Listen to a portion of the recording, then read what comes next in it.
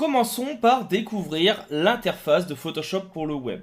Elle est assez semblable à l'interface d'origine de Photoshop. Vous y retrouverez ici différents petits boutons que l'on va voir. Un menu en haut qui vous permet d'avoir accès directement à la page Photoshop.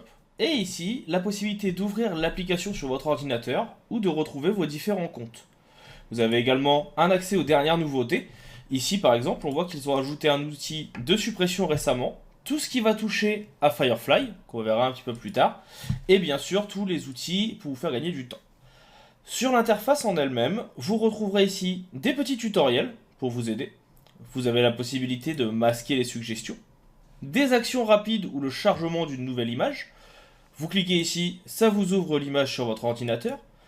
Une action rapide si vous avez besoin de faire un détourage, si vous avez besoin de faire un document spécifique, on verra ça après, ou de créer un nouveau document avec des dimensions populaires ou de 0. Vous retrouverez également tous les fichiers que vous avez ouverts dans votre Photoshop local, c'est-à-dire celui qui est sur votre ordinateur. Ça permet de pouvoir commencer à travailler un projet tranquillement sur la version web si vous êtes par exemple sur une tablette ou loin de chez vous, et ensuite de finaliser sur votre ordinateur personnel, votre ordinateur pro, suivant les besoins. Dans la partie formation, on retrouve une série de tutoriels et d'astuces qui sont assez simples. Et fichiers, on retrouve votre compte Creative Cloud avec tous les documents que vous avez pu ouvrir récemment ou que vous avez pu réaliser sur Photoshop. Assez utile et rapide à prendre en main.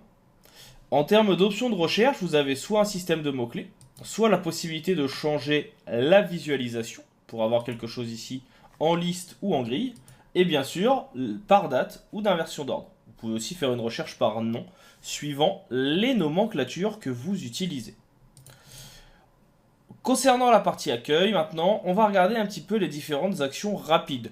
L'objectif est de faire une courte vidéo de 2-3 minutes qui vous explique tout ça.